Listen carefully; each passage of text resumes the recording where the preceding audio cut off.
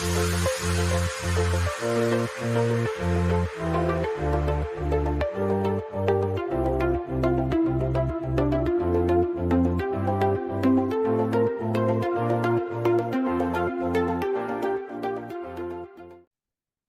buenas tardes. Mi nombre es Kenneth Ernest. Yo soy gastroenterólogo de la Universidad de Costa Rica. Actualmente estoy haciendo mi fellow de enfermedad inflamatoria intestinal en la Universidad de Calgary, en Canadá. El tema que vamos a desarrollar hoy es moléculas pequeñas, tofacitinib, upadacitinib y ozanimod, el futuro. Realmente un tema complejo para 20 minutos, pero vamos a revisar los diferentes medicamentos. Estos son mis conflictos de interés. Eh, y en esta conversación vamos primero a cubrir lo que son los mecanismos de acción de las moléculas pequeñas. Estos son los objetivos de la charla. Conocer la eficacia de estas moléculas pequeñas en enfermedad inflamatoria intestinal y conocer el perfil de seguridad y precauciones que tenemos que tener con estos medicamentos. Importante, la primera característica de las moléculas pequeñas es que son pequeñas, ¿verdad? Tienen tamaños de menos de 1000 kilodaltons y eso les permite atravesar transmembranamente y realizar acciones intracelulares. Son medicamentos orales, que esto es una gran ventaja y algo bastante innovador y tienen vidas medias cortas. Sabemos que los biológicos tienen usualmente vidas alrededor de semanas, ¿verdad? Y según el tipo biológico, estos tienen probablemente horas en vidas medias. Y otra característica muy interesante que me gusta mucho de las moléculas pequeñas es que no inducen inmunogenicidad. Hoy vamos a tratar entonces tofacitinib y upadacitinib, que son inhibidores de la JAK quinasa, y ozanimod, que es un modulador de los receptores de S1P. Entonces, tal vez aún más importante es entender cómo son los mecanismos de acción de estos medicamentos, que a mí me parece que es muy importante. En las vías intracelulares de la JAK-STAT, el JAK está unido a monómeros de receptores que cuando llega una citoquina, estos dos hacen dímeros y eso es lo que permite acoplar esta citoquina. Esta citoquina se une al receptor y lo que hace es que empieza a fosforilar los JAKs. Estos JAKs tienen capacidad de fosforilar otros JAKs, autofosforilarse y empiezan a fosforilar estos que llaman los STAT y estos son partículas inductoras de la transcripción intracelular. Estos STAT se empiezan a fosforilar y forman dímeros y esto viaja hasta el núcleo, es una señal intracelular y esto va a inducir transcripción de diferentes señales según lo que la citoquina pues nos esté transmitiendo. Y vean este montón de citoquinas aquí, todas las que utilizan la vía JAK-STAT. Importante, recordemos, hay 4 tipos de JAK, está la JAK1, 2, 3 y está el TYK2.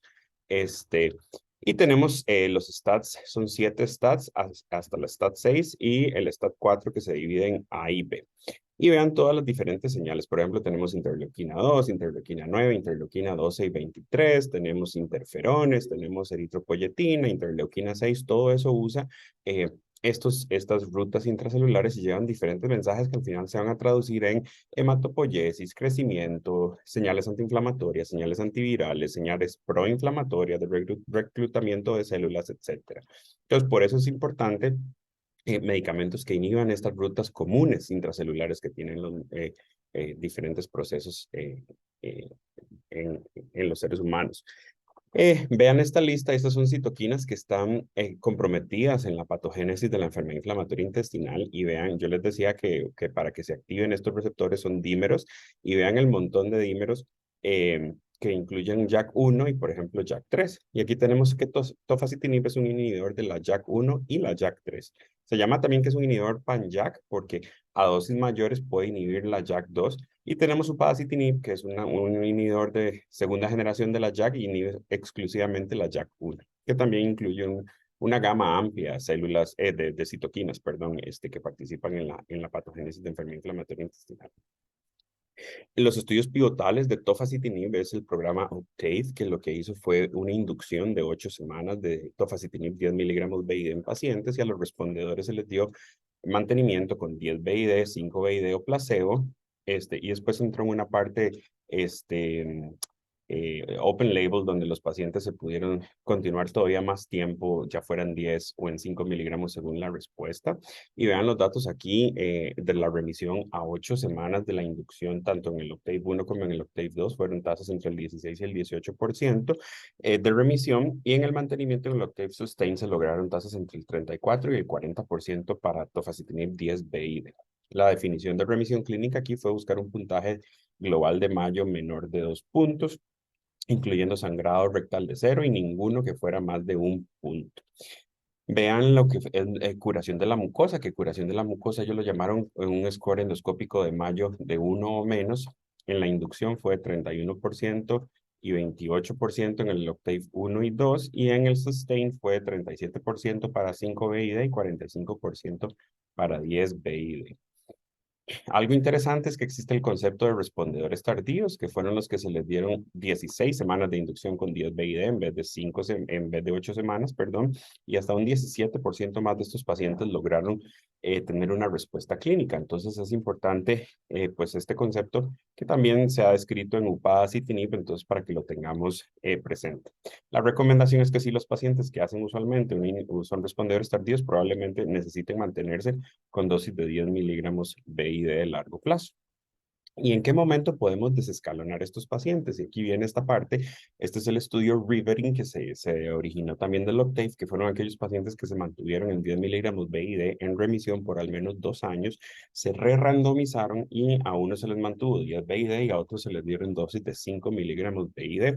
Y vean ustedes que los pacientes que se les dio, se bajaron a 5 BID, 77%, perdón, mantuvieron remisión. Eso sí, un 90% de los de 10 BID, pues sí mantuvieron remisión.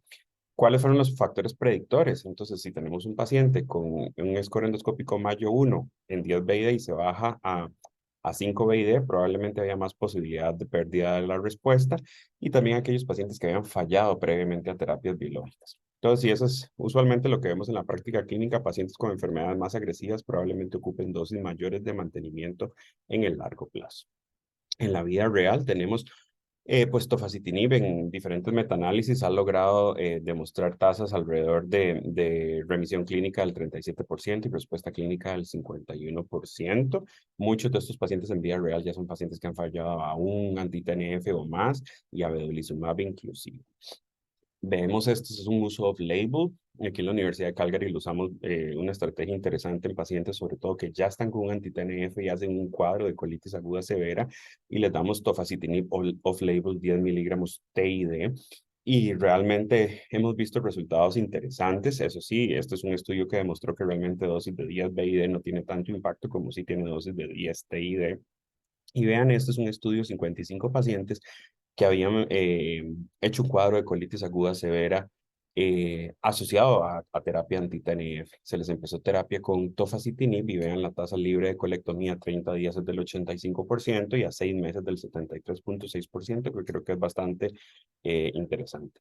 E inclusive, alrededor del 40% de los pacientes a 14 semanas tenían respuesta clínica, y un poco menos del 40% inclusive remisión clínica y remisión libre de esteroides, que creo que eso es algo pues, bastante prometedor en este tipo de moléculas.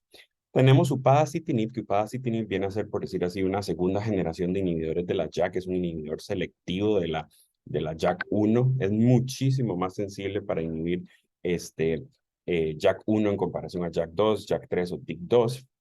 Tiene metabolismo hepático, una vía media corta y ya tiene otras indicaciones, artritis, espondilitis anquilosante, artritis psoriática, dermatitis atópica. Y este medicamento recientemente se aprobó en Estados Unidos y en Europa para el uso en colitis ulcerativa. La característica especial que tiene tal vez es que se adhiere muy bien al receptor de fosforilación, al sitio, perdón, de fosforilación en el JAK1 y así es como logra su efecto terapéutico. Los estudios fase 3 de U-Accomplish y el U-Achieve fueron los que se crearon con una inducción de 8 semanas de upadacitinib 45 miligramos. Los respondedores se randomizaron en mantenimiento a 15 miligramos, 30 miligramos o placebo y se llevaron por 52 semanas. Y vean los datos en inducción con tasas de respuesta a 8 semanas de 45 miligramos de upadacitinib de 33.5. Algo innovador fue que aquí el objetivo principal fue remisión clínica con un puntaje de Mayo adaptado, que fue excluyendo la apreciación del médico, si no fueron tratando de usar solo parámetros objetivos, sangrado rectal, endoscopía y la cantidad de deposiciones. Y entonces eso hace que fuese un parámetro todavía más estricto y aún así son porcentajes altos. Recuerden que en TOFA vimos que fue alrededor del 18%, mejoría endoscópica, inclusive remisión endoscópica de 18% a 8 semanas. Eso es bastante alto y la remisión endoscópica que ellos establecieron fue tener un puntaje de Mayo de 0. Entonces creo que esas son de las cosas interesantes que vemos en upadacitinib 45 miligramos. Existe el concepto de respondedores tardíos, entonces hay pacientes que se pueden llevar hasta 16 semanas también. Es una indicación off-label, pero eso está descrito de pacientes que pueden recapturar también la respuesta. A 52 semanas, ¿qué fue lo que vimos? Remisión clínica de hasta el 51% con TOFA 30 miligramos, perdón, con upadacitinib 30 miligramos y 15 miligramos de upadacitinib 42.3%. Algo interesante aquí es que el dar una mayor dosis en este estudio no se asoció a mayor tasa de efectos adversos y eso es importante tenerlo claro. Porque cuando se hacen análisis de subgrupos, pues los pacientes que han fallado a otras terapias biológicas parece que tienen un delta mayor de respuesta, ¿verdad? Utilizando la dosis de 30 miligramos. Entonces yo creo que es algo importante que tenemos que discutir con los pacientes y tratar de tomar decisiones basadas en lo que le podamos ofrecer la mayor efectividad con una seguridad similar. Lo mismo vean las tasas de mantenimiento de la respuesta clínica y de la remisión clínica y tasas de remisión libre de esteroides del 64%, inclusive como upadacitinib, 30 miligramos. Tasas de curación, de remisión, pero endoscópica del 28% a 52 semanas y mejoría endoscópica del 63%. Y otro concepto que también se viene analizando más en los estudios nuevos es curación histoendoscópica y curación de la mucosa de tasas pues bastante interesantes. Desde el punto de vista del perfil de seguridad de los inhibidores de la JAK, sabemos que no se deben utilizar en embarazo ni en lactancia, no hay evidencia todavía. Pueden aumentar el perfil lipídico, las enzimas hepáticas, la CPK, y la creatinina. La mayoría de estos estudios no han demostrado necesidad de tener el tratamiento por esto, son alteraciones transitorias, pero es importante tener estudios basales y seguimientos usualmente cada 3 meses. Lo que sí es muy claro es que aumentan el riesgo de infecciones, sobre todo herpes zóster es la señal más importante que vemos y esto se ha resuelto teniendo vacunas recombinantes contra herpes zóster, que no está disponible en nuestros países en América Latina, pero creo que es algo que tenemos que buscar pues tener disponible. Y lo otro son los eventos tromboembólicos y trombóticos en general, que esto se ha visto más en los pacientes con artritis reumatoide, no se ha visto tanto en los pacientes, y no se ha visto realmente en los pacientes de colitis ulcerativa. Esto creo que es importante dejarlo claro. Dicho esto, existe un label de la FDA que fue basado en este estudio que se llama el Oral Surveillance. Y el Oral Surveillance lo que estaba analizando era pacientes con artritis reumatoide expuestos a TOFA versus pacientes tratados con anti-TNFs que tuvieran más de 50 años y al menos un factor de riesgo cardiovascular. Esto es un estudio de no inferioridad y TOFA no demostró no ser inferior a los anti-TNFs desde el punto de vista de seguridad. Entonces eso es interesante. Dicho esto, ven aquí abajo en este recuadro el NNH o el Number Needed to Harm, los pacientes en TOFA 5-BID y 10-BID pues eran de 567 y 319 y comparado contra anti-TNF, vean que fue 113 y 64 pacientes. O sea, que con 10-BID ocupo tratar 64 pacientes comparado con un anti-TNF para tener un efecto adverso. Es un número alto, pero es algo que hay que discutir con los pacientes y también perfilar adecuadamente a los pacientes que vamos a escoger. Tal vez sea otra terapia más segura y con efectividades similares a pacientes. Dicho esto, hay pacientes en los que estamos tratando ya de última línea de terapia y tenemos que usar estas terapias inhibidores de la JAK y creo que ahí el riesgo-beneficio cambia. Importante siempre discutir esto con nuestros pacientes. De tofacitinib en colitis ulcerativa, viendo todo el estudio Octave y el Riveting, realmente se vieron solo 7 muertes en esto y ninguna fue realmente casos asociados directamente a tofacitinib. Esta es la, entre paréntesis, pueden ver la cantidad de días que habían pasado desde el último momento, de la última dosis que habían tomado los pacientes. Lo que sí se vio siempre, como les decía, una señal de infección de herpes zóster, es no seria y como les decía antes, esto se puede resolver con la vacunación en nuestros pacientes. Toda la otra parte de fenómenos cardiovasculares, tromboembólicos, trombosis venosas profundas, tromboembolismos pulmonares, neoplasias y perforaciones gastrointestinales, no hubo señales diferentes comparados con placebo, ni con la dosis, ni con 5 o 10 miligramos. Eso es importante. Con upadacitinib vimos un perfil de seguridad también alto. Como les decía yo antes, no hubo diferencia entre 15 y 30 miligramos. Siempre la señal de herpes zóster fue superior en los pacientes con upadacitinib. El resto de cosas no hubo mayor diferencia placebo. Sí hubo más elevación de transaminasas y elevación de la CPK, pero ninguna de estas llevó a suspender el tratamiento. No hubo mayor impacto, incidencia, perdón, de fenómenos tromboembólicos o eventos cardiovasculares en comparación a placebo con upadacitinib. Bien, ahora hablemos de ozanimod. Resulta que tenemos el S1P o la esfingosina 1-fosfato, que es un lípido. Eso es un lípido que funciona como un mensajero celular también. Resulta que tenemos un montón de receptores en nuestro cuerpo, en el sistema nervioso central, en pulmón, en corazón, en el sistema linfático. Y la parte en IBD que nos interesa es que esto tiene que ver con la migración de los linfocitos que están en los ganglios linfáticos hacia sitios de inflamación. Entonces, resulta que se ha descrito que en los ganglios linfáticos, una vez que los linfocitos vienen, digamos, desde las placas de Peyer hacia los ganglios linfáticos, donde van a terminar de madurarse y después a migrar otra vez hacia los sitios de inflamación, aquí hay una concentración baja de ese 1P, de ese marcador o ese mensajero. Y lo que existe es un gradiente. ¿Eso qué significa? Que en los sitios de inflamación la concentración de S1P aumenta y los linfocitos tienen receptores para esa molécula S1P. Entonces, es un quimiotáctico que va a hacer que los linfocitos se muevan de los ganglios linfáticos periféricos hacia los sitios de mayor concentración. Está ese gradiente de S1P. Y pues esto qué hace que al moverse esos linfocitos puedan ir a estos sitios a perpetuar la inflamación. Sabemos que la inflamación per se aumenta la concentración de S1P y entonces esto es una señal, como les decía, quimiotáctica que puede atraer esos linfocitos. ¿Qué es lo que hace ozanimod? Sabemos, aquí viene el linfocito que está en las placas de Peyer, se va por los ganglios linfáticos aferentes a madurar al ganglio linfático y después, por este gradiente de S1P, va a migrar hacia el sitio de inflamación. Ozanimod lo que va a hacer es que va a unirse al receptor S1P1 o S1P5 y va a internalizar ese receptor en el linfocito y se va a degradar. Y por ende, al internalizarse el receptor de S1P, estos linfocitos no van a tener ese efecto quimiotáctico por el gradiente de S1P. Entonces, es importante esto que ha logrado disminuir la parte inflamatoria en los pacientes. El proyecto se llama el True North y el True North demostró una efectividad clínica, una tasa de remisión clínica de 18.4% en pacientes con colitis ulcerativa también. Y con respuesta clínica, la inducción, esto fue una inducción a las 10 semanas y el mantenimiento a largo plazo, pues también la remisión clínica fue superior a placebo, respuesta clínica y todos los objetivos secundarios en este programa. ¿Cuáles son los aspectos de seguridad que tenemos con respecto a ozanimod? Como hay receptores de S1 con el corazón, con otros inhibidores de los receptores de S1P que se usan para esclerosis múltiple, por ejemplo, se han visto trastornos de la conducción cardíaca y pacientes pueden hacer bradicardia, bloqueos AB de primer grado, o entonces lo que se hace es un incremento gradual.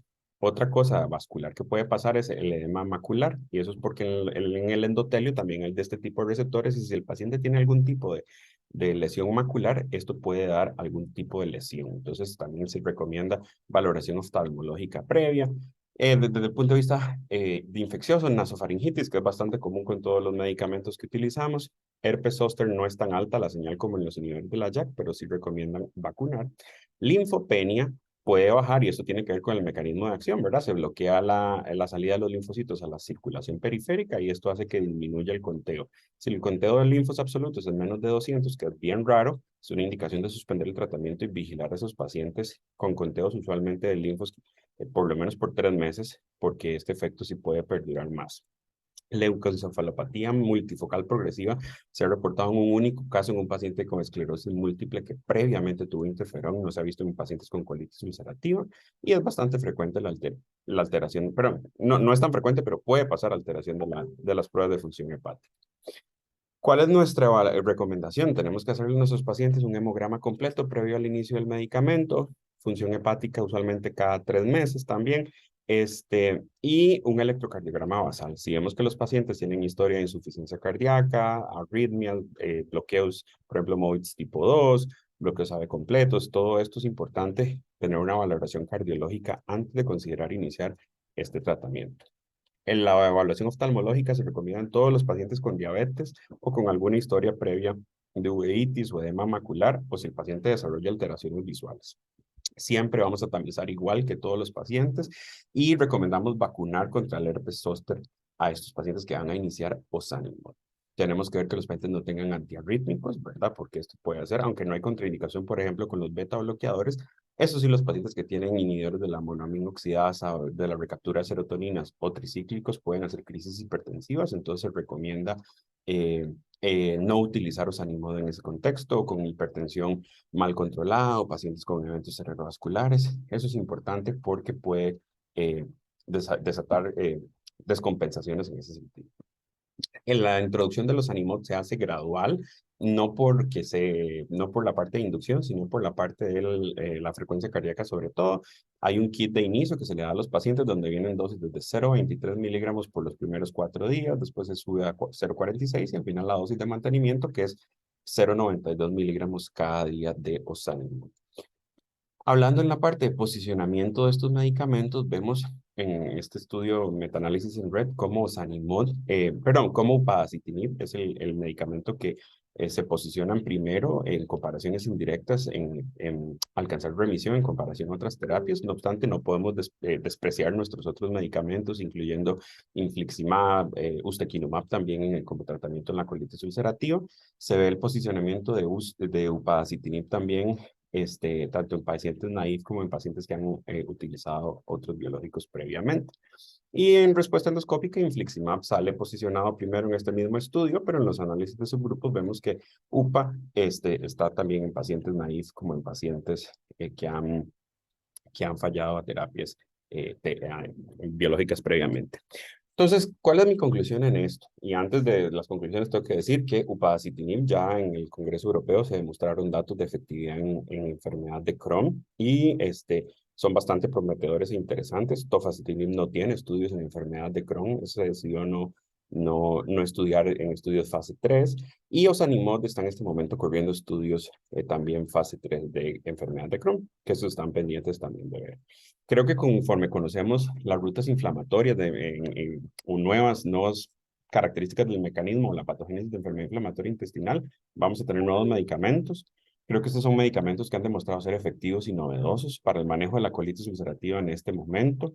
Tenemos estudios clínicos que soportan la utilización de estos medicamentos. Creo que es muy importante perfilar a nuestros pacientes y pensar que deberíamos en algunos pacientes utilizar estos medicamentos de primera línea. Por ejemplo, Sanimod parece ser más efectivo en pacientes naïf y pierden bastante la efectividad en pacientes que han fallado a otras terapias biológicas previamente.